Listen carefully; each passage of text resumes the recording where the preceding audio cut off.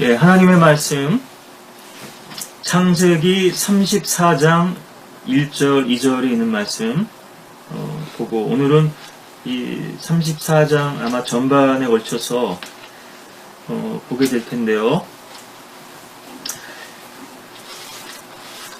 레아가 야곱에게 낳은 딸 디나가 그 땅의 딸들을 보러 나갔는데 히위인 하몰의 아들 그 지방의 통치자인 세켐이 그녀를 보고 그녀를 끌어들여서 그녀와 동침하여 그녀를 더럽히니라.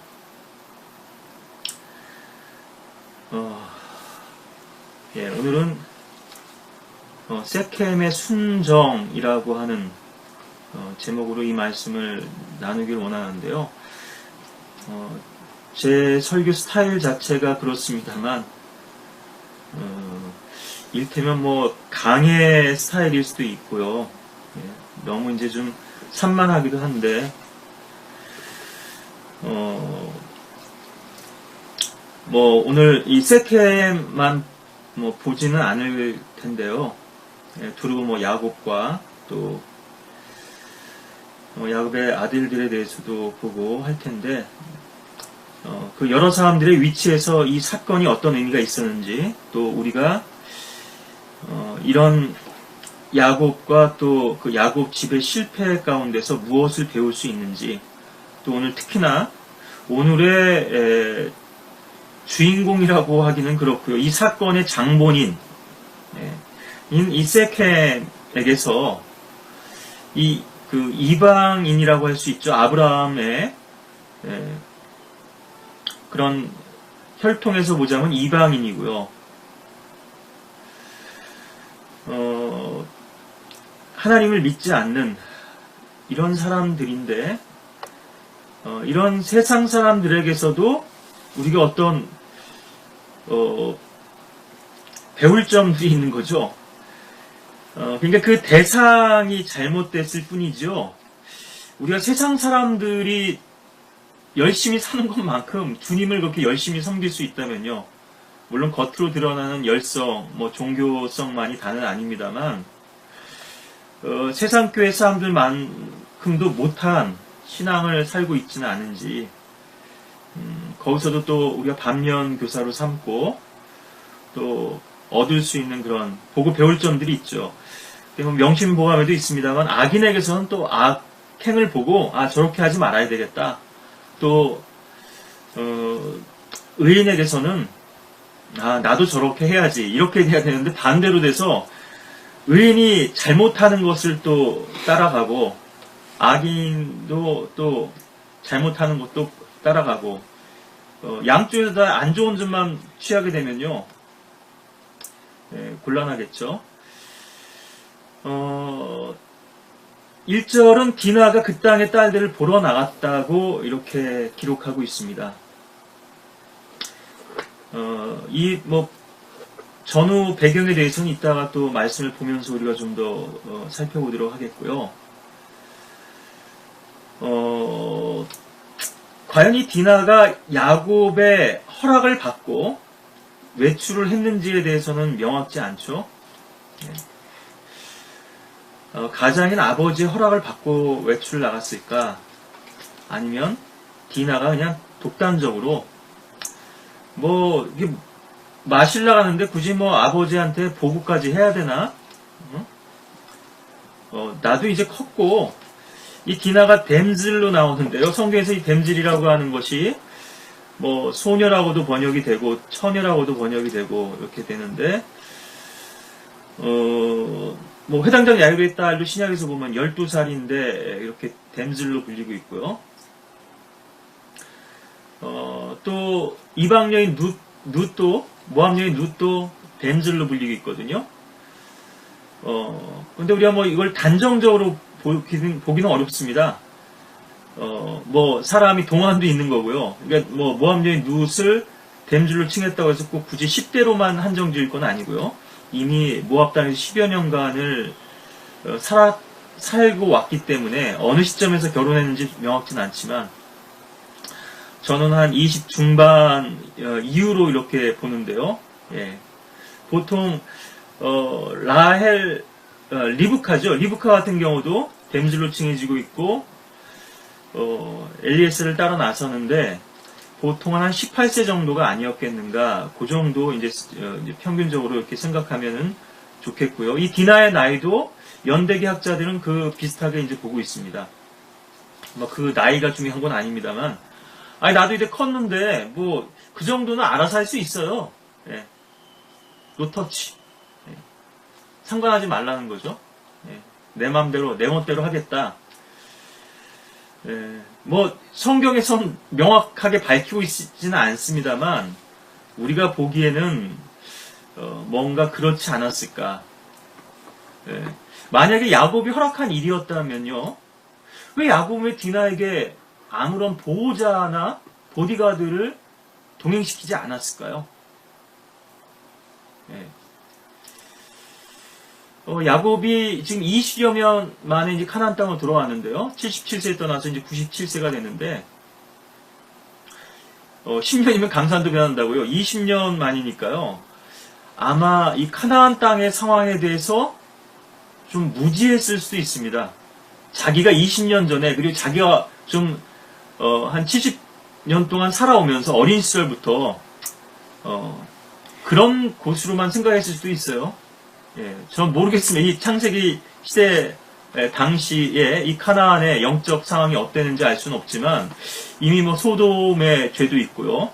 물론, 불로 멸망당했죠. 예. 어느 정도는 짐작을 했을 수는 있는데요. 무슨 문제가 있냐면 현실감이 결여될 수 있거든요. 모세도 산 정상에 올라갔다 내려오니까는 이게 적응이 안 되는 거죠. 주님의 영광 가운데서 40일 동안 그렇게 교제하다가 백성들이 소리 지르고 벌거벗고 뛰놀면서 죄 짓는 것을 보니까요. 그 상대적 그 충격감이라고 하면 엄청난 거 아니겠어요? 그러니까 돌판을 내던지죠. 네. 격분해가지고요. 군인들도 사실은 사회에 나오면은, 제대하면은 적응이 잘 안 되거든요.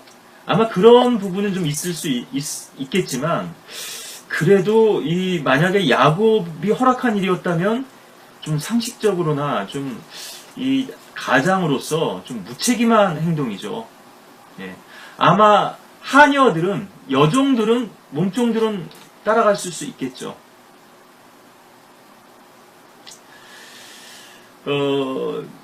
뭐 여러 가지 이제 여러분들에게 이해를 좀 돕기 위해서 이런 설명들을 드리고요.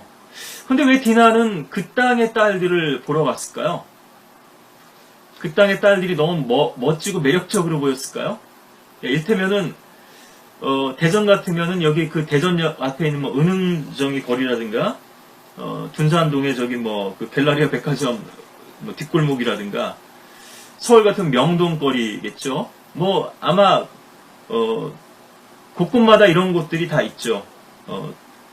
도심하고 또 부도심 같은 데 보면 다 이런 환락가들이 있죠. 젊은 사람들이 모이는 곳이 있단 말이에요. 물 좋은 곳, 이를테면은 뭐 디스코장도 있고 뭐 옷가게들도 있고 화장품 가게도 있고, 특히나 요즘 뭐 한국에서는 이 화장품 가게가 아주 성업 중인데, 물론 그 관광객들도 있습니다만 유커도 있고요. 예. 뭐 10대 그 소녀들이 가장 뭐 선망하는 곳이죠. 변신할 수 있는. 예. 예, 뭐 학생들도 10대 요즘 학생들도 뭐 화장하는데 아주 뭐 몰두해 있고, 화장품 값도 많이 든다고 그러는데요. 다 뭐 입술 뻘겋게 칠하고 다니고 화려해 보이죠. 겉으로 볼 때는요. 예. 또 밤에 한번 뭐 그런 거리를 보세요. 얼마나 그냥 활기가 있어요. 수많은 사람들이 지나다니고, 또 그런 곳에 또 장사해야지, 가게를 열어야지 또 장사도 잘 되죠. 예, 변두리 뭐 파리 날리는 데보다, 예, 뭘 하더라도 다 뭐 죄 짓는 그런 뭐 환락의 도시들인데요. 아마 그 여자들의 패션에 좀 관심이 있었을까요? 예, 옷 입은 거? 예. 뭐 디나가 남자들에게 관심을 갖기는 아직 뭐 어린 나이였을 것 같기도 하고요. 예. 그 디나는 이제 오빠들 틈바구니에서 이제 홀로 여자잖아요. 정확하게 그 뭐 몇째로 태어난지 모르겠습니다만은 아마도 오빠들이 대부분이었을 거고요. 동생도 있었을 수 있지만 있었겠죠, 당연히. 뭐 베냐민도 그렇고요. 그러니까 좀 순진했던 거죠. 예, 세상 남자들에 대해서 너무나 이제 모르고 세상 물정도 모르고 당연히 뭐 세상 남자들에 대한 그런 뭐 관심은 아니었겠지만요. 예. 우리가 순진하다고 세상도 순진한가? 전혀 그렇지 않죠. 예, 이거는 뭐 세상 여자들도 마찬가지, 세상 남자들도 마찬가지죠. 우리가 계속 이런 어떤 도덕적이거나 성적인 문제들로 마귀가 이 아브라함의 혈통과 이 계보를, 메시아의 이 계보를 지속적으로 공격하는 대목들 봅니다만, 뭐 디나 같은 경우도 마찬가지고요. 요셉도 보세요. 포티발의 아내가 유혹하죠. 예. 유다도 가나안 여인을 아내로 얻었죠. 예. 그 아들들도 그렇게 해서 또 죽게 되고요. 또 시몬도 뭐 이따도 더 시몬에 대해서 보겠습니다만 가나안 여인 아내로 얻었죠. 예. 그러니까 세상 사람들이 볼 때는요, 그리스도인들이 뭐 로마 제국 시대 때도 그랬습니다만 정결하기 때문에도 그렇고요. 예. 정숙하기 때문에도 그렇고, 예. 세상 사람들하고는 좀 다르니까요. 호기심일 수도 있죠. 좀 신선해 보이잖아요. 좀 특이하고 독특하잖아요. 예. 흥미나 호기심 차원일 수도 있고, 어쩌면 본인들은 타락한 삶을 살면서도 내면으로 그런 순수한 삶을 동경하고 또 거기에 반하는지도 모르죠. 예. 인간은 사실 상당히 이중적이거든요. 두 마음을 다 가지고 있거든요. 어쩌면 그렇게 그런 배우자를 만나면 자기도 좀 삶이 변할 수 있지는 않을까. 개과천선할 수 있지 않을까. 예. 그렇게 또 생각할지도 모르고요. 예. 나도 좀 순수하게 될 수 있지 않을까. 아니면 적어도 자기 자식만이라도요. 2세만이라도 그런 여자나 남자들처럼 좀 순수했으면 하는 바람이 있는 거죠. 나는 못 배웠지만 배우자는 게도 좀 똑똑한 사람 얻고 싶은 거죠. 그러니까 스포츠 선수들을 보면 다 뭐 아나운서나 뭐 외모도 그렇습니다만 좀 배운 여자들을 아내로 얻잖아요. 흑인 남자들 보면 성공하면 다 백인 여자들 얻잖아요. 좀 그러면 좀 자식은 좀 들까봐 그런가요? 예. 아니면 어떤 단순한 호기심에 가지고 놀려고 그럴 수도 있죠. 예. 어찌됐건 이 디나의 사건은 여러모로 좀 우리가 또 들춰봐야 될 이 야곱 집의 어두운 면들이 또 숨어져 있는 건데요. 자, 바로 그 33장 17절에 보시면요. 바로 이 33장은 야곱이 에서와 대면하는 그러한 장면이죠. 예. 위기였습니다. 예. 절체절명의 순간이었죠. 죽을 수도 있는, 심지어 처자식까지도 위협받는, 재물을 중에서, 가축들 중에서도 그렇고, 택해서 선물로 형에게 마음을 달래기 위해서 보내는데요. 야곱은 상당히 계산적이죠. 이거 자칫 잘못하다가는 생명도 잃는데, 이거 재산이 무슨 소용이냐 이거죠. 예, 어차피 형한테 뺏길 수도 있고, 400명의, 그, 사병들하고 온다는 소식을 들었는데, 그럴 바엔 차라리 선물을 주자. 이게 선물이라는 게요. 이게 인간의 마음은 이렇게 간사한 거죠. 네. 그 선물에 어떤 마음이 담겼냐에 따라서 정성과 사랑으로 받을 수도 있지만 어떤 선물들은 많은 계산들이 깔려져 있는 거죠. 이게 사실은 뇌물이라고 요즘 뭐 김영란법도 또 시행되고 합니다만 인간들의 그런 악함을 뭐 그런 법으로 규제할 수 있을까요? 공무원들의 청렴성 어느 정도는 필요하겠죠. 근데 그런 걸로 도저히 이 마음의 문제는 다룰 수 없잖아요. 교묘히 또 피해 가겠죠. 편법을 쓰겠죠. 또 다른 방법들을 또 찾겠죠. 인간들이 자기 만족과 또 죄를 짓기 위해서. 33절 17절에 보시면 16절부터 보죠. 그러므로 에서는 그날 세일을 향하여 그의 길을 돌이키더라. 예, 이제 형이 돌아갔어요. 내가 천천히 따라갔다 그러놓고는 세일로 안 가죠. 야곱이 이게 그만큼 거짓된 거죠. 속임수를 쓰는 거죠. 비겁한 겁니다. 정면 승부를 못해요, 이 야곱은. 늘 그렇거든요. 예, 이 부분도 뭐 기회 되면 나중에 더, 보겠습니다만은, 회피하는 거죠. 계속해서. 예, 문제를 회피하려고 합니다. 그 시간만 좀 모면해 보려고 하는 거죠. 예, 이것이 계속 이제 야곱에서 발견되는 그런 특성인데요. 야곱은 수콧으로 여행하여 자기를 위하여 집을 짓고 가축을 위하여 우리를 만들더라. 그러므로 그곳의 이름을 수콧이라 부르니라. 이 수콧은 이제 그 요단 강변에 있는 곳이죠. 뭐 이곳에서 노술로 성전에서 이제 그 기둥을 만들기도 하고요. 이를테면 이제 차르기나 이제 모래 땅이 있으니까 그렇게 주조하기가 쉽죠. 지역적으로요. 야복을 건넜고 그렇게 뭐 멀지 않은 곳입니다. 이게 야곱이 얼마나 지금 이 갈등과 이 위기가 해소되고 나니까 안도하고 또 안주하고 있는지를 볼 수 있죠. 예. 아버지 집에 대한 그런 사모함이나 갈망은 어디론가 사라지고요. 예. 전혀 이제 찾아볼 수 없는 거죠. 어쩌면 아마 그 어머니 리브카가 이미 돌아가셨다는 소식을 전에 들었기 때문에 그랬을 수도 있습니다. 아버지 집에 이제 가는 것이 늦어지는 것이요. 여기 뭐 알론 바쿠시라고 해서 리브카의 유모가 35장 8절에 나오죠. 드보라. 예. 아마도 드보라를 통해서 야곱에게 이제 기별을 했을 것 같은데요. 예. 아마 리브카를 따라왔던 몸종과 같이 왔을 수 있죠. 이 드보라가요. 아니면 나중에 불렀을 수도 있고요. 자기가 이렇게 좀 일테면은 출세한 거잖아요. 리브카 입장에서 보자면 성공한 거니까 유모를 불렀을 수도 있고. 그런데 이 유모가 야곱과 함께 파단아람에서 오죠. 그러니까 다시 이제 보낸 거죠. 예. 근데 결국 이제 뭐 기록은 없지만 리브카는 먼저 죽은 것 같고요. 리브카는 뭐 며칠만 있으라 이렇게 야곱을 보내면서 그렇게 얘기했지만 어쩌면 그런 아버지에 대한 그 원망이나 쓴뿌리가 있었을 수도 있죠. 자신을 그렇게 방치해둔 것에 대해서. 그리고 또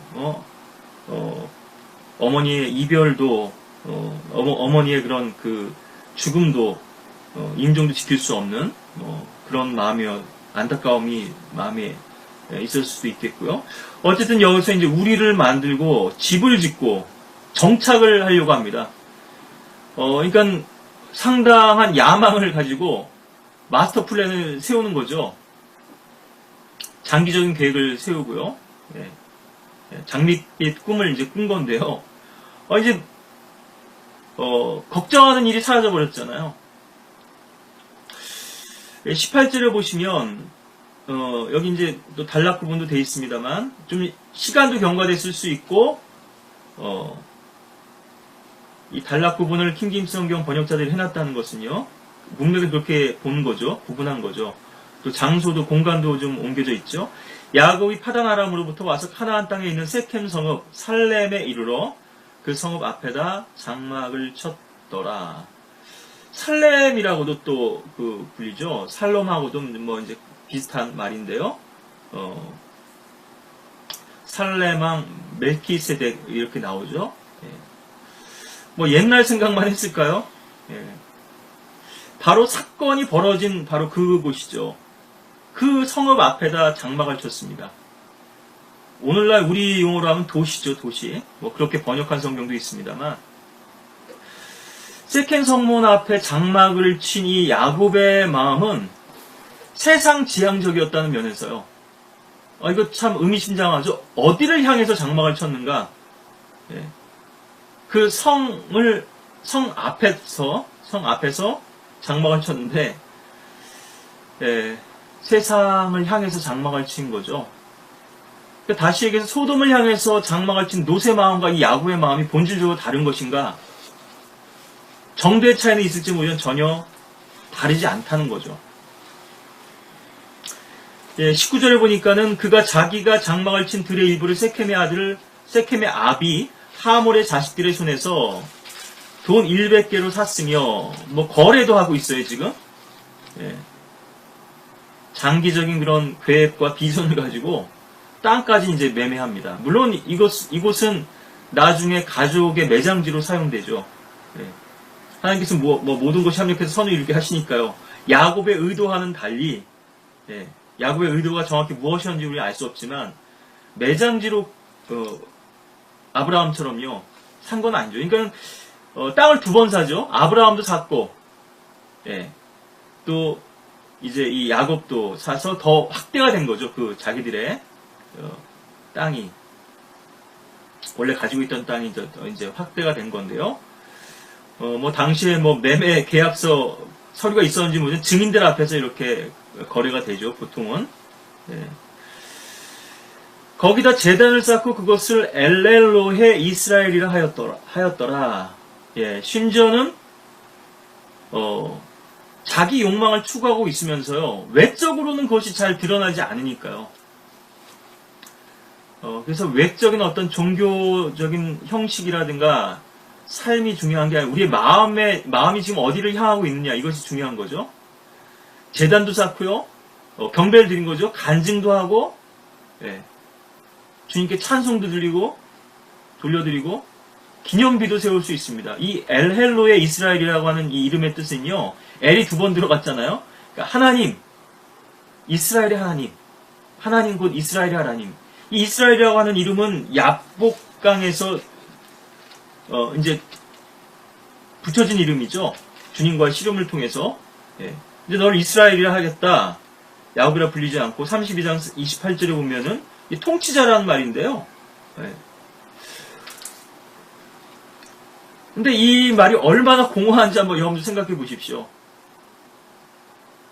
자기 야망을 추구하고 있으면서도 전처럼 일테면은 야곱 같은 사기꾼이 아니라 이제는 세탁을 한 거예요. 돈 세탁하듯이 도덕적으로 종교적으로 좀 세탁을 한 겁니다. 그런 사람들 많죠. 주일날에는 교회 가서 뭐 거룩한 척하고 또 헌금도 드리고 자기 세상에서 지은 죄를 좀 그렇게 좀 일단 보상심리죠. 만회해 보려고 하는 그런 마음인데 구원이나 어떤 뭐 거듭남 없이요.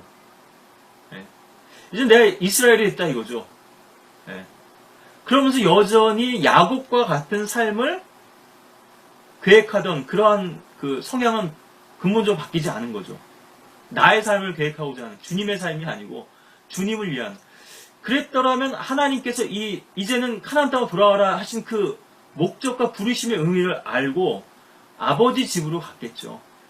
거기서부터 그리고 베델로 갔겠죠. 베델을 거쳐서 아버지 집에 갔겠죠. 거기서부터 다시 이제 출발해야 되는 거 아니겠어요? 바로 이곳은 또 아브라함이 지단을 쌓았던 곳이기도 하죠. 참 흥미롭죠. 세대는 바뀌었고 시대는 바뀌었지만 우리가 시작해야 될 곳이 어디냐? 누구에게나 베델이 있는 거죠. 베델과 아이 사이 제단 쌓았는데 아브라함도 하나님의 집이죠. 우리의 마음이 향해야 할 곳, 열망해야 될 곳, 사모해야 될 곳, 바로 주님과의 교제고 주님과의 관계 회복이죠. 우리가 시작한 곳도 그곳이고 우리의 신앙이 출발한 곳도 그곳이고 우리가 실패한 것도 그곳이고요. 거기서부터 떨어져 나왔기 때문에 거기서부터 멀어졌기 때문에 우리가 간증을 잃고 신앙에서 실패하는 것이죠. 우리의 헌신과 경배와 간증 중에서 얼마나 많은 부분이 우리의 만족과 야망을 위한 착각 속에서 드려지고 있는지, 드려지는 것일지, 우리가 우리의 감춰지고 숨겨진 육신의 욕망과 그것을 포장한 인간적이고 또 종교적인 이 형식과 껍데기의 허울을 볼 수만 있다. 그런 볼 수 있는 눈이 있다면요. 참 우리의 삶이 많이 달라지겠죠. 비록 문제를 보았다는 거하고 그 문제를 근원적으로 해결한다는 건 또 다른 차원이지만요. 모르는 것보다는 좀 더 낫겠죠. 시행착오가 있겠지만 그래서 좀 더 진전되겠죠. 시편 19편에 보면 누가 자기의 과오들을 깨달을 수 있겠나이까 숨은 과오들로부터 나를 깨끗게 하소서 12절에 이렇게 말씀하고 있고요. 또 주의 종을 고의로 짓는 죄들로부터 지켜주시어 그 죄들이 나를 주관하지 못하게 하소서. 그리하면 내가 올바르게 되리니 내가 큰 죄가들로부터 순결하게 되리이다. 13절에 여기 이제 고의로 짓는 죄라고 이렇게 번역은 되어 있습니다. presumptuous sins인데요. sins도 또 이탈리아로 되어 있죠. 뭐 이게 2제 넘게 뭐 이렇게 번역된 부분도 있고요. 그래서 dominion over me, 그래서 나를 주관하지 못하게 이렇게 해달라고 let them not have dominion over me, 이렇게 댐이 여기서 sins를 이제 받고 있는데요. 죄가 나를 지배하지 못하도록, 우리 창세기 4장에서도 관련된 구절이 있으니까 한번 더 보실까요? 카인에게 하시는 말씀 중에서 4장 7절에 내가 바르게 행하면 받아들여지지 않겠느냐? 내가 바르게 행하지 아니하면 죄가 문 앞에 엎드리느니라. 지금 이제 노리고 있는 거죠. 숨어서 기다리는 거죠. 매복 중인 거죠. 죄의 욕망이 내게 있으니 너는 죄를 다스릴지니라. Thou shalt rule over him. 그랬는데 여기서 이제 죄가 단수로 표현되어 있는데 인격화된 거죠. 뭐 단복수의 차이, 뭐 여러 가지 의미가 있겠습니다만은 죄의 근원이 또 마귀이기도 하고요. 우리가 죄에 잠식당하고 죄에 지배당하느냐, 죄에 복속되고 굴복당하느냐, 정복당하느냐, 아니면 우리가 죄를 이기고 승리할 수 있느냐. 죄를 짓는 자마다 누구나 죄의 종이고 정복당한 자는 누구나 정복당한 자의 종이 되는 것이죠. 나의 힘이시며 나의 구속주이신 오 주여, 내 입의 말과 내 마음의 묵상이 주의 목전에 받아들여지게 하소서. 말이 있고요, 마음이 있죠. 마음의 묵상이 있죠. 이거 같은 거 아니겠어요? 마음의 묵상이 이제 입으로 나오는 거죠. 뭐 설교자들도 그렇고요. 마음에 가득한 것이 이제 그것을 입으로 표현하게 되어 있는데, 두려운 거죠. 이 모든 것들이 다 주님께서 보고 계신 것이고, 또 주님께서 또 이런 것들을 다 심판하실 것이기 때문에요. 뿐만 아니라 그것들로 인하여 주의 종이 경고를 받으며 그것들을 준수함으로 큰 상이 있나이다. 이 시편 19편은 다 앞에서 7절부터 주의 율법은에서 주의 증거, 규례, 주의 계명, 주를 두려워함, 주의 명령, 7절, 8절, 9절 다, 뭐 시편 119편도 그렇습니다만 주님께 대한 것이죠. 하나님의 말씀이란 말이에요. 이런 것이 우리의 마음에 채워지지 않으면은 뭐 순식간이죠. 우리가 죄를 짓고 또 그 죄에 지배당하는 거는. 우리가 그걸 죄로 여기지 않는 거죠. 감추고 있기도 하지만 숨겨져 있죠. 인식을 못하는 거죠. 또 그 죄를 가볍게 여기는 거죠. 그때면 건방 턴다 얘기예요. 주제 넘게. 디나의 지금 상황하고 마찬가지죠. 그 정도는 나 혼자 할 수 있어요. 하나님. 어린아이들 걸음마 떼는 것도 제가 말씀드렸죠. 부모가 손 잡아주면 이제 뿌리칩니다. 좀 자기가 이제 걸을 수 있게 됐다 하시면. 근데 어떻게 돼요? 바로 넘어지죠. 주님으로부터 독립선언한 순간부터 이제 바로 그리스도인은 실패할 수밖에 없는 것이죠. 우리가 주님의 능력을 받아서 주님을 사역을 섬기고 또 주님을 영화롭게 하는 것과는 별개로요. 그 출발이 어디서 됐냐, 그 근원이 주님께로부터 온 것이냐, 아니면 내 힘과 능력으로. 저는 오늘 좀 사실은 이 말씀 전하기 전에 주중에도 많은 말씀들을 보고 또 많은 또 말씀 가운데서 빛도 주셨고 또 많은 말씀들을 정리를 했거든요. 사실은 어떤 말씀부터 전해야 되나 이제 그것이 더 고민이기도 했지만, 근데 제 마음은 이때면 좀 심란했어요. 뭐 자고 일어나서 지난번에는 아침에 주님께 주신 생각을 이제 더 붙들게 된다고도 말씀드렸죠. 어떤 때는 또 또 공부할 때가 있거든요. 그것이 나의 어떤 영적 그런 어떠함이나 상태와는 상관없이요. 또 그럴 수 있거든요. 예. 그러니까 나의 어떤 그 신분일 수도 있고요. 예. 내가 주님과 나누고 있는 그 교제하는 그 어떤 관계하고는 또 상관없이 우리의 상황은 뭐 풍랑이 소용돌이가 칠 수도 있고, 예, 뭐 많은 그런 환란이 닥칠 수도 있고요. 그렇죠? 근데 제 마음이 그랬다는 건데요. 또 주님의 어떤 이를테면은 뭔가 부족한 거예요. 뭔진 모르겠지만 제가 느끼기에는 이를테면 뭐 2% 부족한 거예요. 예. 이게 뭘까 이렇게 돌아보면 꼭 있죠. 우리 안에서 돌아보아야 될 그런 문제들이 있지만요. 어쨌든 원인이 무엇이든 간에 주님으로 우리가 충만치 못하고 채워지지 못했다 그러면 실패할 수밖에 없죠.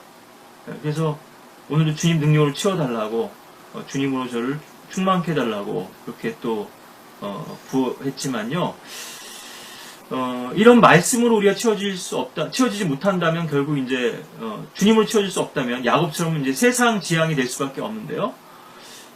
오 하나님이여 나를 살피사 내 마음을 아시며 나를 시험하사 내 생각들을 아소서 내게 무슨 악한 길이 있나 보시고 나를 영원한 길로 인도하소서. 시편 139편 23절 24절에도 그렇고요. 또 119편 시편 18절에도 내 눈을 열어주소서. 예, 우리 눈이 감겨져 있는 거죠 지금. 그리하시면 내가 주의 보에 경이로운 것들을 보리이다. 사람의 모든 행위가 자신의 눈에 깨끗하나 주께서는 그 영들을 달아보시느니라. 자기 눈에 깨끗한 거예요. 예. 사람의 모든 행위가 자신의 눈에는 오르나 주께서는 마음들을 감찰하시느니라. 잠언 16편 2절, 16장 2절, 또 21장 2절인데요. 어리석은 자의 행위가 자신의 눈에는 오르나, 예. 어리석은 자도 자신은 옳다고 생각해요. 조언에 경청하는 자는 현명하니라. 12장 15절, 또 자기들의 뇌는 순결하나 아직도 자기들의 더러움을 씻어내지 아니하는 세대가 있느니라. 30장 12절인데요. 예. 자기들은 순결하다고 생각해요. 세상 사람들도요. 예. 뭐 좀 재밌는 말씀 드릴까요? 예. 제가 뭐 자꾸 설교자들 얘기하게 되는데 그건 제 얘기를 하는 거고요.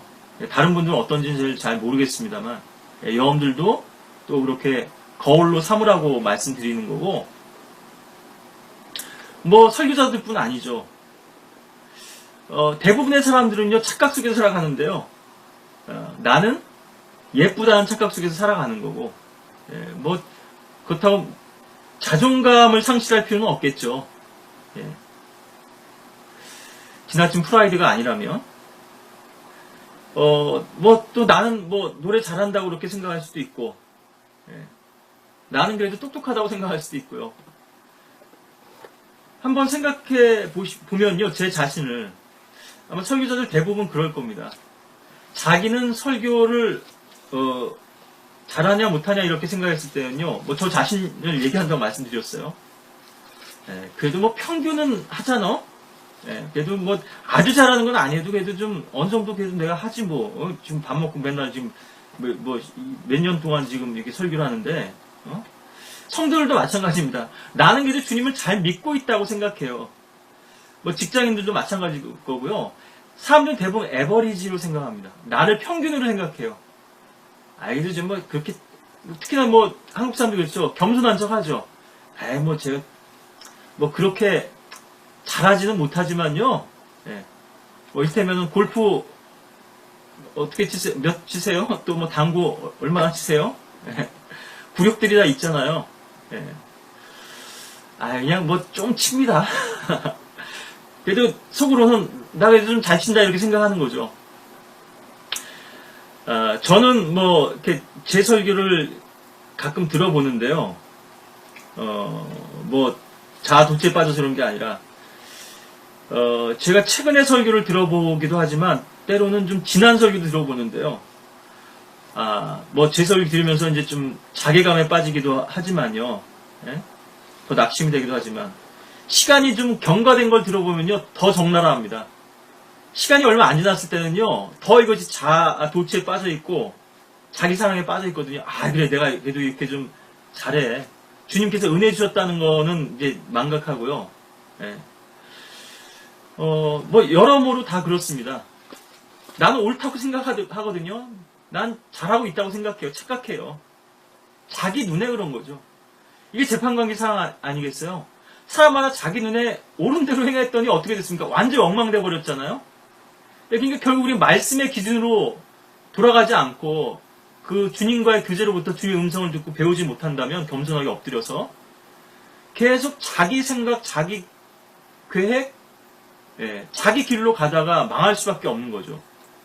사람에게 옳게 보이는 길이 있으나 그 끝은 죽음의 길이라고 하시죠. 세상 사람들은 지옥까지 이렇게 멸망으로 착각 속에서 가는 거고요.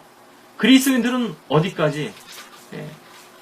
그리스도 심판서까지 자기 만족을 위해서 살다가 거기서 이제 공황 상태에 빠지게 되겠죠. 눈물 흘리고 후에도 그때는 이제 늦죠. 설교자의 말씀에 경청해야 되겠죠. 매주 경배 드릴 때 이건 나한테 하는 소리 아니야. 저 사람들 지금 아직 믿은 지 얼마 안 되고 열심도 없는 사람들. 저도 뭐 다른 설교자분들 설교를 들으면서 더 겸손한 위치에서 그 말씀을 들으려고 합니다만 인간이 참 교만해요. 하나님 말씀 앞에도 마찬가지고요. 자, 이 세켐의 뭐 순정일 수도 있고 또 사랑이기도 한데요. 적어도 암논의 사랑보다는 낫죠. 그렇게 변심한 암논의 사랑, 그리고 책임지지 않은 암논의 사랑보다 훨씬 나은 것입니다. 근데 여기 보시면은 이것이 이 사람들이 지금 인종이요 희윈이라고 하몰이 그렇게 지칭되거든요. 34장 2절에서. 그럼 창세기 우리가 10장에서도 봤지만요. 함족이죠. 함족이고요. 카나안의 혈통이잖아요. 10장 6절에 따르면 함족이고 15절에 따르면 15절 보면 이제 카나안의 아들 쭉 나오면서 17절 보면 히위인이 거기 나오죠.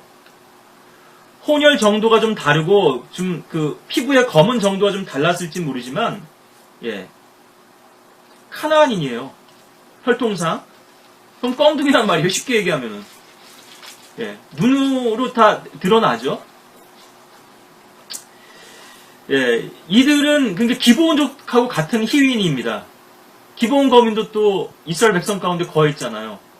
그러니까 하나님께서 그런 그 혈통을 이스라엘 땅에 살도록 허락해 주셨다고 하는 것이 이스라엘 민족이 물론 잘못된 조약을 맺었기 때문에 협정을 맺었기 때문에 그렇습니다만 하나님의 이 오래 참으심과 또 사랑이라고 하는 부분, 용납하심이라고 하는 부분, 도저히 거할 수 없는 민족이지만 그들을 또 그들의 어떤 그 다른 카나안 족속들과 달리 싸우려고 하지 않고 지혜를 낸 거잖아요. 꾀를 낸 거죠.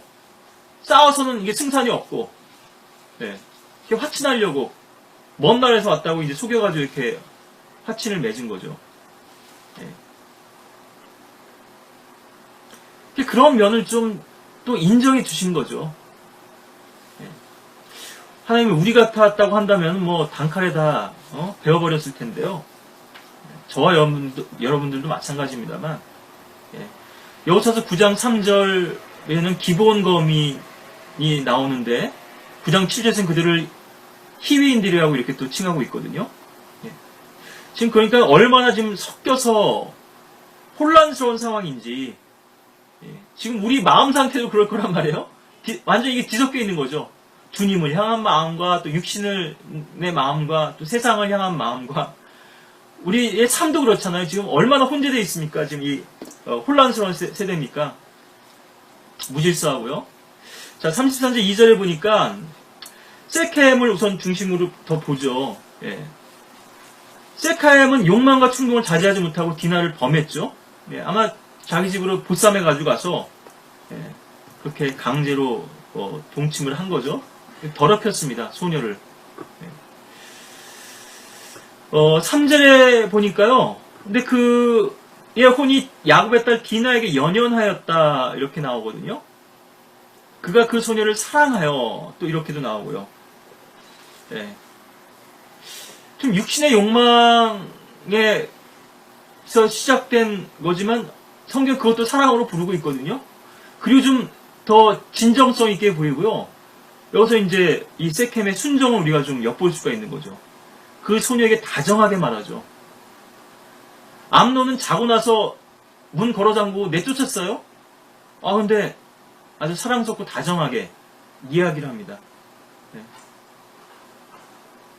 내가 그냥 강제로 네가 마음에 허락도 안 했는데 네 몸을 범했지만 난 정말 널 정말 사랑한다. 네. 여기 연연한다는 말이요. clever aunt Dina 이렇게 돼 있거든요. He's so clever aunt Dina. 죄송합니다. 제가 자꾸 영어를 써서 죄송한데 뭐 잘하는 영어도 아니지만요. 이것이 성경에서는 죽게 밀착하다라는 그런 말로 번역이 많이 돼 있습니다. 신명기 같은 데서요. 제가 일일이 다 찾아보진 않겠고 신명기 10장 20절, 11장 22절, 또 30장 20절에서 나오고요. 여호수아서 22장 5절, 또 23장 8절에서도 나오고 또 열왕기하 18장 6절에서도 나옵니다. 좀 반대되는 경우도 있는데요. 뭐 그 구절까지는 제가 말씀드리지 않겠고, 이게 용례가 좀 다른 거예요. 주님께 밀착하는 것이 아니라 좀 다른 그런 상황에서 쓰인 또 표현도 있는데요. 예, 신명기는 특히나 주님을 사랑하라, 마음을 다하고 혼을 다하고 힘을 다하여 주를 사랑하라. 예, 이게 첫째 되는 계명이라고 그랬는데요. 예, 이것은 룻기에 나오는 바로 나오미에게 달라붙었던 룻의 마음과도 같은 거죠.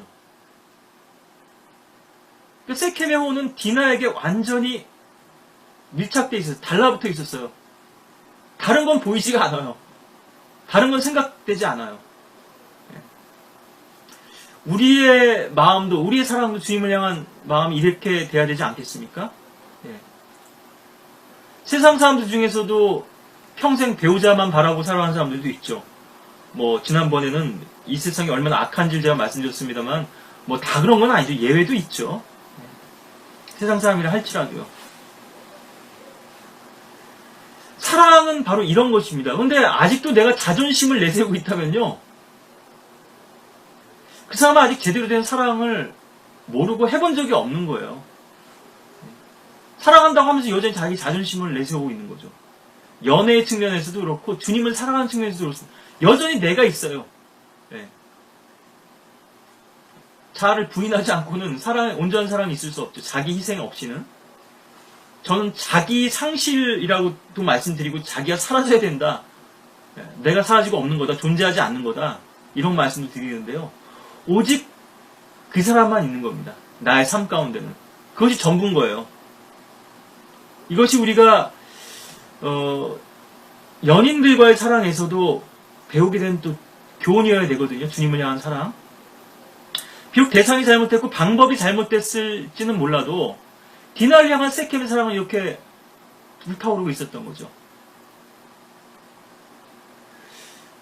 그리고 그 대상은 다를지 몰라도 주님을 향한 우리의 사랑도 세켐의 사랑만큼 정도는 돼야 되지 않겠어요? 그래도 여러분들의 기쁨의 대상은 누구이고 여러분들의 기쁨의 이유는 무엇입니까? 진정 주님 한 분으로 만족하고 기뻐하고 있는지, 어떤 상황과 환경 속에서도 주님이 여러분들의 기쁨이 되고 있으신지, 주님만이 여러분들의 기쁨이 되는지, 주님 안에서의 샘솟는 기쁨의 그런 풍성한 원천을 여러분들이 그렇게 맛보고 누리고 있는지 하는 거죠. 세 번째로 세켐은 합법적인 결혼을 원했죠. 4절에 보니까요, 이 소녀를 내게 아내로 얻어달라고 아버지한테 정식으로 요청을 합니다. 뭐 혼인이라고 하는 게 뭐 당사자들 간의 결혼만은 아니죠. 집안끼리의 또 어떤 가약을 맺는 거기도 하죠. 비록 순서는 뒤바뀌었지만요, 먼저 청혼을 하고 그 다음에 합방을 해야 되는데 순서는 뭐 뒤바뀌었지만 그래도 세켐은 합법적인 절차에 따라서 지금 정식 혼인을 청혼을 하고 있는 겁니다.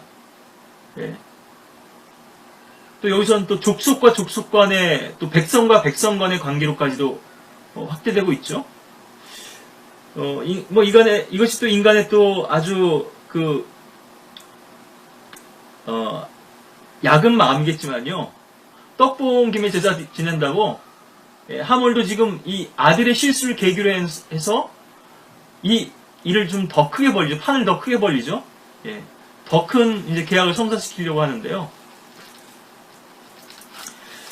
뭐 여기 쭉 뒤에 나옵니다만 이 거래와 협정은 여러분들이 뭐 제가 다 일일이 구절들을 다 뭐 읽지는 않겠습니다만은 혼인관계뿐 아니라 불가침과 평화 유지, 또 매매와 거래, 또 소유권 인정과 상호 존중 이런 것들을 다 포함하고 있는 거죠. 한 4가지 정도 크게 보자면 34장 8절도 보시면요.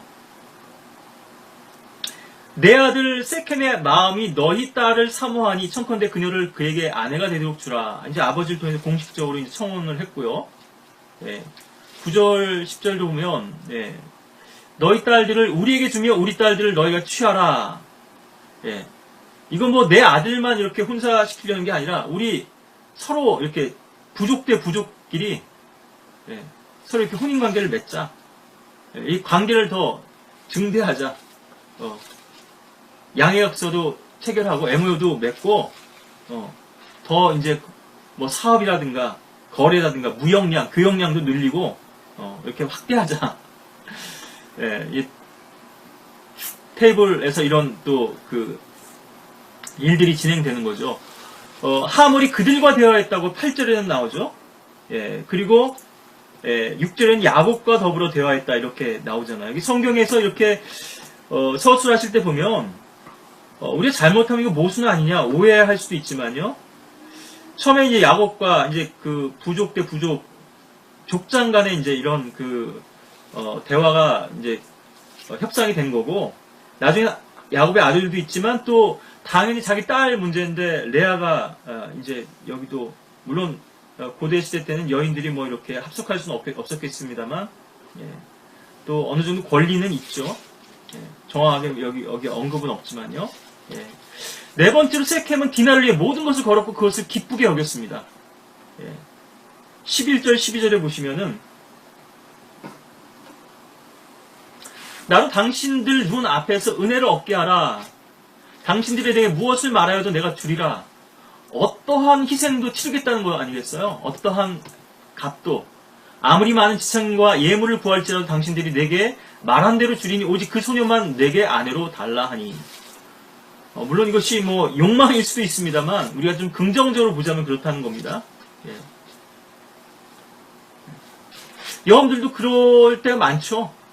내가 원하는 것을 위해서라면 뭐든지 희생하잖아요. 근데 주님을 섬기는 데는 왜 그렇게 미비적되고 소극적이고 아깝죠? 자꾸 계산이 되고 여러분들이 정말 기뻐하는 것을 위해서라면 다 걸 수 있고 바칠 수 있거든요. 그러니까 그만큼 주님을 사랑하지 않는다는 증거죠. 34장 18절에서도 그대의 말이 하몰과 하몰의 아들 세켐을 기쁘게 하더라. 거짓으로 이렇게 속였는데도요.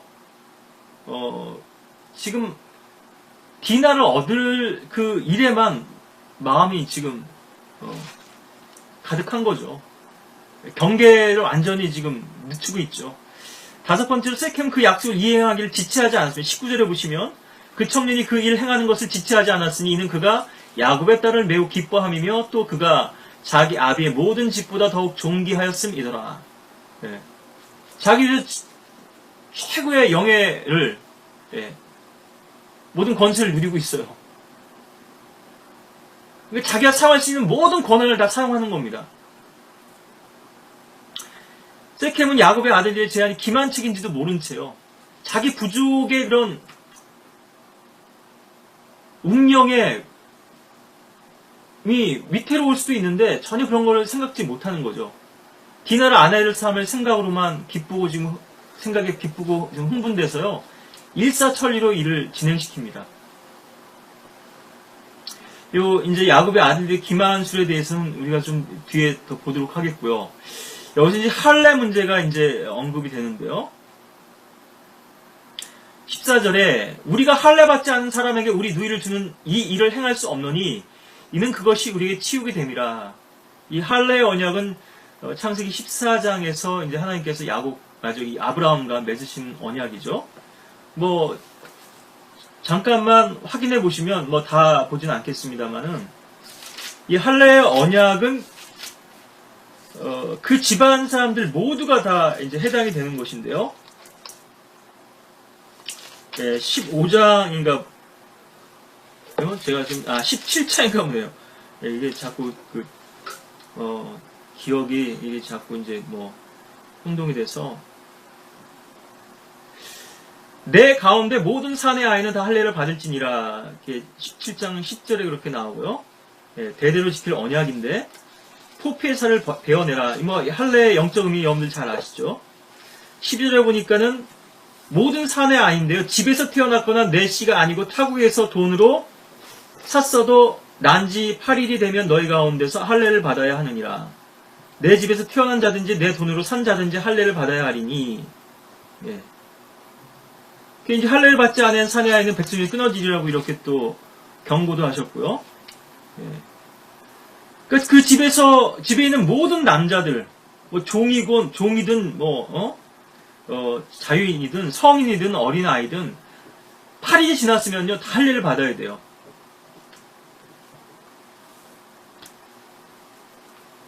예. 뭐, 그럴듯해 보이거든요? 이 제안이요. 이 할례 언약은 아브라함의 족속만 있었으니까요. 예. 물론 여기는 이제 이스마엘도 포함되죠. 아직까지는요. 예. 그러니까 지금 그 중동 사람들도 많은 부분에서 지금 유대인들하고 비슷하죠. 예. 그러니까 또 자기들 나름대로 또 프라이드도 또 있고요. 예. 그런데 이 함족, 이 히위인, 카나안인들이야 당연히 할례 받지 않은 그런 사람들이죠. 성경이 할례 받지 않은 사람들에 대해서 특히나 필리스티아인들을 지칭할 때 많이 쓰이는데 이 필리스티아인들도 사실은 함족이죠. 예. 창세기 34장 15절에서도 이런 것이라면 우리가 너에게 동의하리니 곧 너희 가운데 모든 남자가 할례를 받고 너희가 우리같이 된다면 예. 그때 우리가 우리 딸들을 너에게 주고 우리도 너희 딸들을 우리에게 취해서 우리가 너와 함께 거할 것이며 우리가 한 백성이 될 것이라. 지금 화자가 우리라고 돼 있는데요. 여기서 이제 이 부분이 과연 야곱의 제안이었을지 아니면 야곱의 아들들의 제안이었을지 예. 아니면 야곱이 이것을 묵인한 것인지 예. 아니면 동일하게 이러한 부분을 제안했지만 그 의도는 달랐던 것인지 시몬과 레이의 의도와 야곱의 의도가 여러 가지로 좀 따져볼 대목이 있습니다만 만약 야곱이 이것을 제안했다면요 진짜 참 정신없는 거죠. 할례만 받기만 한다면 내 딸을 줄 수도 있다. 우리도 너희 할례를 받기만 하면 너희 딸들을 우리가 아내로 삼을 수 있다. 제정신 아니잖아요. 그래서 저는 많은 경우들과 실패를 봤습니다. 예. 어떻게 실패한지 이 결혼 문제에서. 그래도 데리고 옵니다. 그리고 구령도 했다고 합니다. 하인도 믿는다고 해요. 예. 그리고 나서 결혼하면은 그 남자가 교회 안 나옵니다. 그 믿음이 고백이 회심이 진실된 것이었는지조차도 좀 의문이 되지만요. 진실됐다 할지라도 구원받았다고 다 끝나는 거 아니잖아요. 네? 구원만 받으면 결혼할 수 있어요? 너무나 결혼해야 되고 마땅한 배우자는 없고 롯의 딸들 한번 생각해 보세요. 세상의 방식에 따라서 우리에게 올 남자가 없다 그럽니다. 여러 가지로 좀 따져볼 말인데요.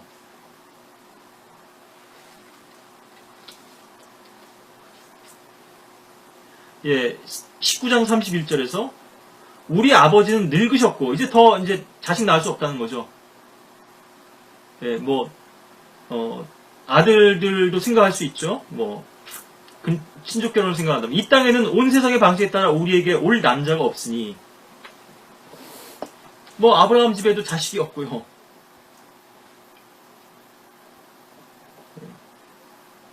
그러니까 이 말은 경건한 신랑감을 구할 수 없지 않냐. 특히 이제 아버지하고 관계를 맺죠. 왜 주님의 때를 더 기다리지 못할까요? 우리는 계속 우리의 꾀와 수단을 내고 우리의 방법대로 뭐 여러 가지 영적으로 적용할 수 있겠습니다만 직장 반듯해요.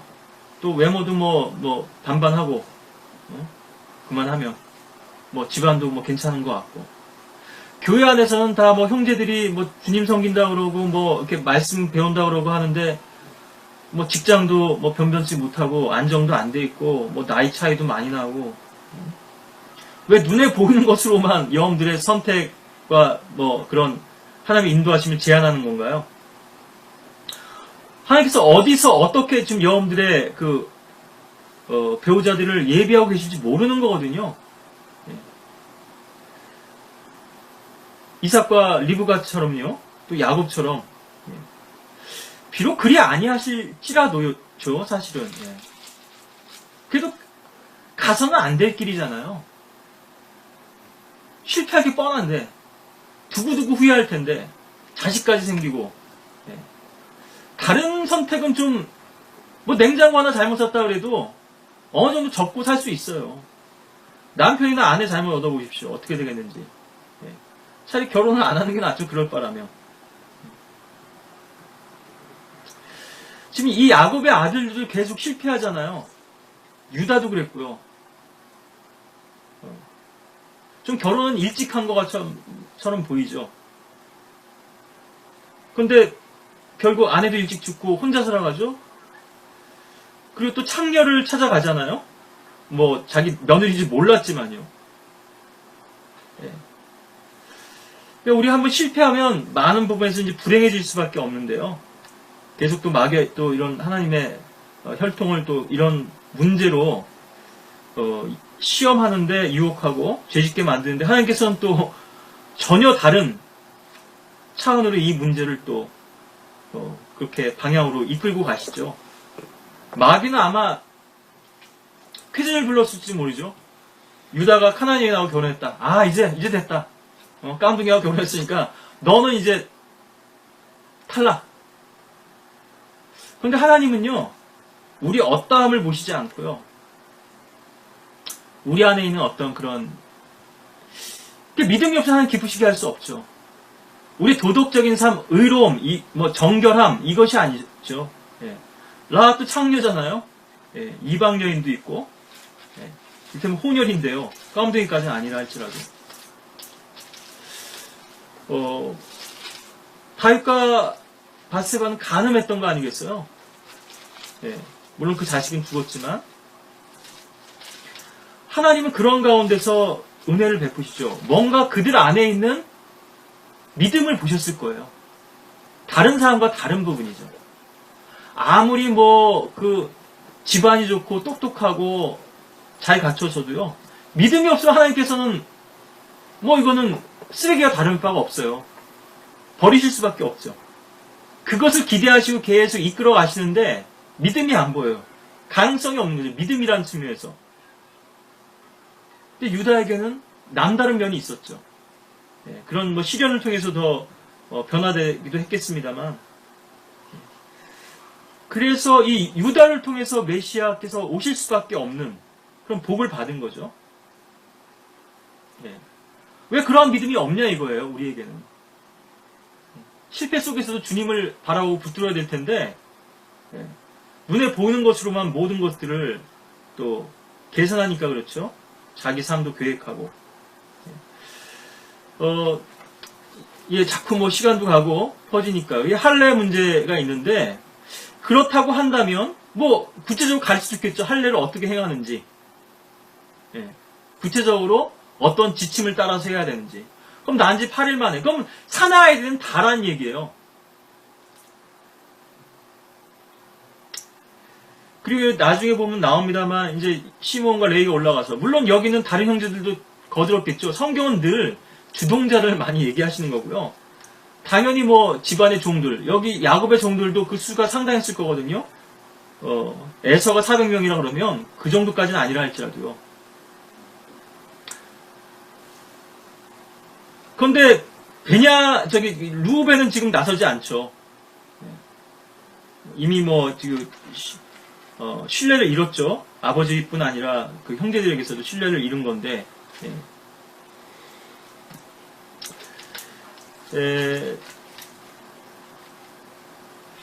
네. 그래서 이 시몬과 레위가 둘째하고 셋째죠. 넷째가 이제 유다인데, 이 뭐 시몬과 레위에 대해서는 이따가 더 뭐 창세기 뒷부분에서 더 보겠습니다만은, 그렇다고 한다면 이 할례의 의미를 이들이 잘 몰랐을까요? 세켐이 잘 몰랐을까요? 가장 민감한 부분 아니겠어요? 남자들에게 있어서는. 거길 칼로 베어낸다고? 그럼 어떠한 고통이 따르고 어떠한 불편과 또 희생이 따를 줄 알았겠죠. 그런데도 지체하지 않습니다. 자기뿐 아니라 자기 동족들까지도요. 자기 성의 모든 사람들까지도 완전히 문화를 바꿔버린 거예요. 자신의 삶의 방식을 바꿔버렸어요. 여러분들은 주님을 믿는다고 하면서 여러분들의 삶이 왜 바뀌지 않는가? 그거는 사랑이 부족하거나 아니면 다른 것을 더 사랑하기 때문이겠죠. 정말 여러분들이 구원 받으신 분들이라면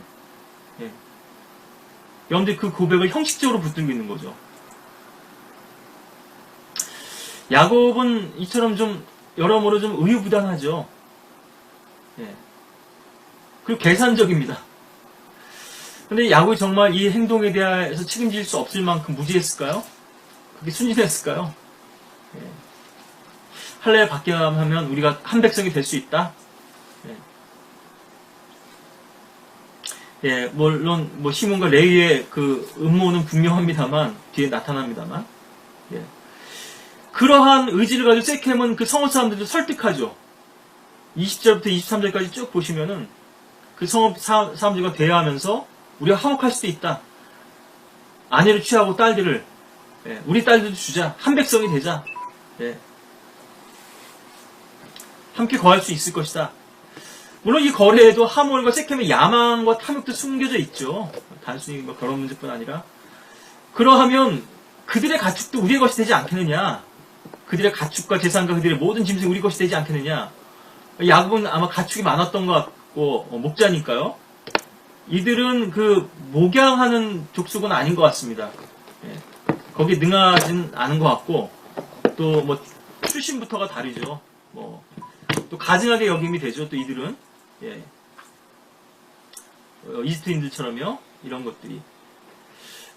7번째로 세켐은 디나를 얻기 위해 성읍 사람들의 운명도 걸었죠. 24절에 보니까 그의 성읍 문에 나갔던 모든 사람이 하물과 그의 아들 세켐에게 경청하여 그의 성읍 문으로 출입하는 모든 사람, 즉 모든 남자가 할례를 받았더라. 지금 세켐은 사랑의 눈이 멀어가지고요. 자신의 추가적인 선택과 행동에 어떠한 위험성이 있고 또 어떤 결과를 낳게 될지에 대해서도 전혀 고려하지를 못하고 있습니다. 어떠한 아픔과 고통이 따르고 불편과 희생이 따를지 계산하지 않는 거예요. 그처럼 사랑은 무모하고 맹목적인 거죠. 주님을 향한 우리 사랑도 그래야 되지 않겠습니까? 여러분들 아마 그런 적이 있었겠죠. 지금 그 사랑이 좀 식었다면요. 전에는 내가 그래도 이렇게 주님을 섬겼는데 왜 달라진 거예요? 왜 변한 겁니까? 주님이 달라지신 건가요? 자, 이 세켐의 순정에 대해서는 제가 이제 말씀을 드렸고요. 디나의 사건에 대한 디나의 오라비들이죠. 특히나 이제 시몬과 레위의 이 반응에 대해서 우리가 좀 더 보고 좀 이 말씀을 마쳤으면 좋겠는데요. 지나친 복수심과 분노가 표출된 거죠. 방법적으로도 잘못됐고요. 물론 결과적으로는 그들의 판단과 행동이 옳은 것이었을 수 있습니다. 왜냐하면 세켐족의 의도는 그들의 의도처럼 순진하지 않았으니까요. 야곱의 사람들과는 달랐으니까요. 또 하나님께서 야곱의 여정을 인도하시기 위해서 그들을 특별한 방법으로 보호해 주셨죠. 35장 6절에 보니까 베델에 물론 경배 이후입니다만, 그리고 그들이 길을 갈 때 하나님의 공포가 그들 주위에 있는 성읍들 위에 임함으로 그들이 야곱의 아들들을 뒤쫓지 못하더라. 그리고 그 34장 마지막 부분에 보시면요, 야곱이 30절에 시몬과 레위에게 말하기를 너희가 나를 괴롭혀 그 땅의 거민 즉 하나안인들과 프리스인 가운데 나로 하여금 악취를 풍기게 하였도다. 나는 수가 적으니 그들이 합쳐서 나를 대적하며 나를 죽이리니 그리하면 나와 내 집은 망하리라 하니. 비겁한 거죠. 자기 딸이 지금 이렇게 유린당했는데도 손 놓고 있죠. 그리고 7절에 보면 야곱의 아들들이 그 소식을 듣고 들에서 5절이네요. 예. 지금 자기 아들들이 들에서 그의 가축들과 함께 있으므로 야곱이 그들이 돌아올 때까지 가만히 있더라. 예. 참 어떻게 보면 냉정하기도 하고 신중하다고 볼 수도 있지만, 예. 계산적이고 좀 비겁한 거죠. 예. 이 야곱의 아들들의 기만수를 야곱도 묵인한 것이었는지 야곱도 알았는지는 모르겠습니다. 예. 그걸 몰랐다 그러면은 야곱이 진짜 좀 심각한 지금 영적 판단에 있어서 너무나 심각한 거고요. 또 그 정도까지는 그렇게 복수를 과하게 하는 것까지는 또 생각을 못했을 수도 있죠. 예. 일테면은 그들이 그렇게 약속을 이행하리라고 예상치 못했을 수도 있습니다. 설마 할례까지 받아들이겠어? 네. 근데 이 야곱의 아들들의 그 속셈을 보면요, 그걸 받아들이라고 하는 것을 알았던 것 같고요. 또 지금 하물과 세켐의 반응을 보면 충분히 알 수 있죠. 뭐든지 지금 받아들일 태세 아니겠어요? 일부러 그렇게 그 속임수로 그렇게 행했다고 하는 거죠. 그렇게 이제 얘기한 것이요. 예. 기만하여 말했다 이렇게 하죠. 제가 지금 이렇게 눈에 잘 안 들어오네요. 구절들이요. 예. 예.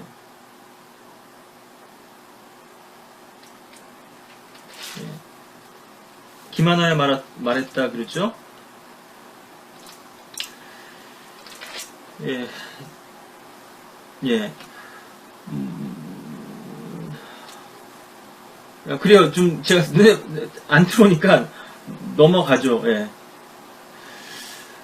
분명히 이제 그 의도가 분명했죠. 30절 아닌데, 예. 어쨌든, 충분히 예측할 수 있었고요. 예. 하여튼 좀 길어지니까요. 제가 좀 간략하게. 여기 이제 보면은 25절에 3일째 되어 그들이 아플 때,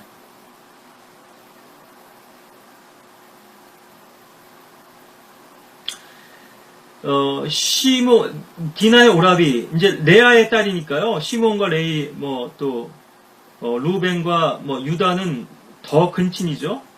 각자 자기 칼을 가지고 담대히 그 성으로 가서 모든 남자들을 죽이고, 그럼 이제 사내 아이들은 다 죽인 거예요. 할례를 행했던.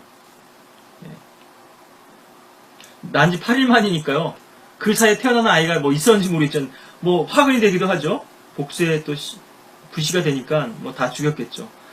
칼날로 하몰과 그의 아들 세켐을 죽이고 가장 먼저 죽였겠죠. 세켐의 집에서 디나를 데리고 나왔더라. 다들 지금 취약한 상태에 있죠. 야곱의 아들들이 살해된 자들 위로 가서 그 성읍을 약탈하였으니, 여기서 또 속셈을 알 수 있죠. 이 시몬과 레위의 속셈을요. 그의 숨겨진 욕망을 또 알 수 있죠. 사람들만 죽인 것도 아니고 또 사실은 진멸했다고 한다면요, 여자들까지도 좀 더 그들의 어떤 그 복수의 진정성을 좀 우리가 좀 받아줄 수도 있겠죠. 하나님께서도 그렇고. 그러니까 하나님께서 이것을 어떻게 평가하고 계신지, 또 야곱의 평가도 여기 30절에서 봤습니다만, 이따 보면 더 나오는데요. 이는 그들이 자기들의 누이를 더럽혔습니다. 명분은 좋았죠. 내 누이를 그렇게 건드려? 그렇지만 그들의 속셈은 또 다른 데 있었죠. 야곱의 아들들이 여기도 나오죠. 뭐 시몬과 레위뿐 아니라 다 올라간 거예요. 종들도 그렇고. 성읍 안에 있는 것과 들에 있는 것과 그들의 양들과 소들과 나귀들과 그들의 모든 재산을 빼앗으며 그들의 어린 자녀들과 little ones인데 자녀라고 했지만 사실은 어린 것들 성별은 나와 있지 않죠. 아마도 저는 여자 아이들만일 거라고 생각하는데요. 아내들을 사로잡고 집안에 있는 모든 것까지도 약탈하였더라. 뭐 그들이 가지고 있던 모든 귀중품, 템을 여자아이들은 종으로 삼고 아내들은 또 자기들의 첩으로 삼고 이런 거죠. 31절을 보십시오. 이들의 항변이 얼마나 그럴듯한가. 그가 우리 누이를 마치 창녀를 다루듯 해야 하니까 그러한 동기에서 이 복수심이 불타는 것 같지만 사실은요. 분노가 결국은 엉뚱한 데로 향하고 있잖아요. 그 속에 아주 시커멓죠. 음흉하죠. 이 시몬과 레위의 죄성을 우리가 보게 되는데요. 겉으로는 복수를 내세웠지만 명분은 그들의 호전성과 잔인함뿐 아니라 탐욕도 엿보게 되죠. 이 사건을 통해서. 시몬과 레위는 인종학살을 하는데 그치지 않았고 자기들의 욕망을 채우기 위해서 바로 이 시몬의 카나안 여인 이름 나오지 않습니다. 샤오를 낳았던 그 카나안 여인은 여기서 얻은 첩이었을 수도 있겠죠. 아내일 수도 있겠죠. 자, 제가 조금만 더 말씀드리면요. 표면상으로만 보자면 함족이고 카나안인이고 히위인인 이 세겜족을 멸하는 것이 하나님을 기쁘시게 할 만한 일인 것 같습니다. 그런데 그 일이 하나님이 원하시는 때에 하나님께서 원하시는 방법으로 수행되지 않았다면 그 하나님께서 인정하실 수 없어요. 물론 창세기 14장에서는 롯을 구출하기 위한 것이 주 목적이었습니다만 크돌라오메를 통해서 이 르파인, 수수인, 에민, 호리인, 아모리인 치시거든요. 하나님이 14장 5절부터 7절에 보시면. 근데 그들을 완전히 멸하지 않으시고 구해주시거든요. 이 크돌라오멜의 연합군을 퇴각시키게 하시고 물론 명분은 롯을 구출하기 위한 것이었어요. 소돔과 고모라, 아드마, 스보임, 벨라 이 아모리 5 왕의 연합군을 구해줍니다. 다 도망가고 뭐 위기에 빠졌거든요. 역청 가운데 빠지고 구덩이에. 창세기 15장 16절에 보시면 아모리인들의 지역이 아직 다 차지 않았습니다. 그러면서 4대 만에 다시 돌아와서 이 땅을 너에게 주겠다 이렇게 주님께서 말씀하시는데 물론 주님의 미리하심이고 주님께서 전지하신 분이기 때문에 그렇죠. 인간들이 어떤 선택을 하고 어떤 실패를 할지 다 아시니까요. 아직 때가 안 찼어요. 지금 13장 13장에서 소돔인들은 사악하고 주 앞에 극심한 죄인이었다고 하셨는데 그것을 멸하는 건 19장이잖아요. 시간이 많이 경과된 후죠. 이렇게 오래 참고 기다리시는데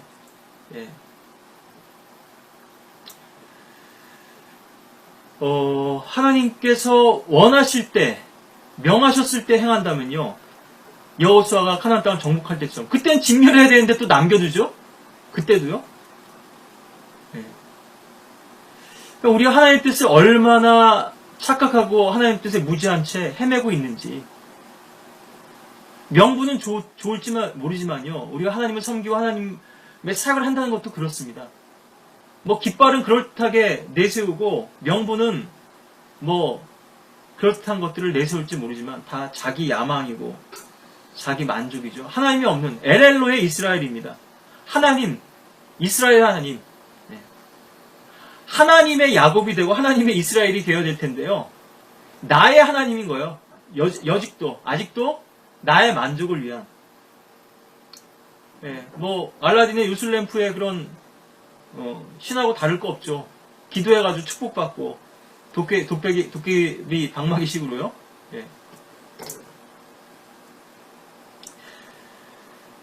우리 그 마지막에 창세기 49장에서만 이 대목 보고 이 말씀 마치겠습니다.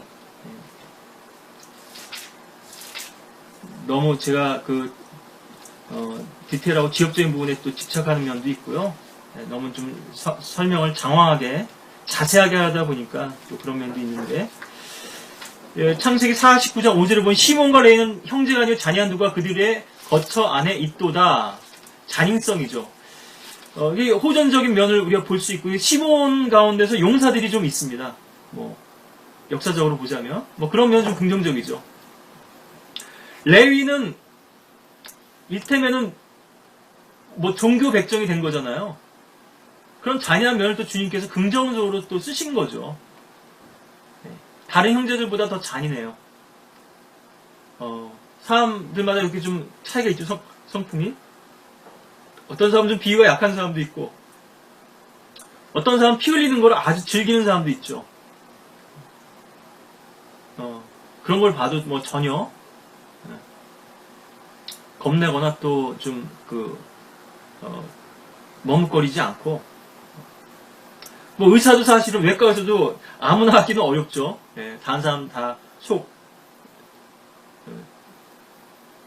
열어가지고 다 들여다 봐야 되니까요. 긍정적인 사람의 생명을 구하는 일이긴 합니다만, 계속 또 6절 7절 보시면 오 네오나 너는 그들의 비밀에 들어오지 말며 그들의 모임에 참여하지 말지어다. 내 명예야 너는 그들과 결합하지 말지어다. 이 지금 야곱이 축복하면서 하는 얘기인데요. 사실 이건 축복이 아니라 저주 아니겠어요? 이는 그들이 자기들의 분노로 사람을 죽이고, 바로 이 창세기 34장의 이 사건이죠. 그들의 완고함으로 벽을 파내려갔도다. 이거 이제 벽을 파내려간다는 거는 도둑질하는 거죠. 벽을 뚫는 거 이렇게도 표현되어 있지만요.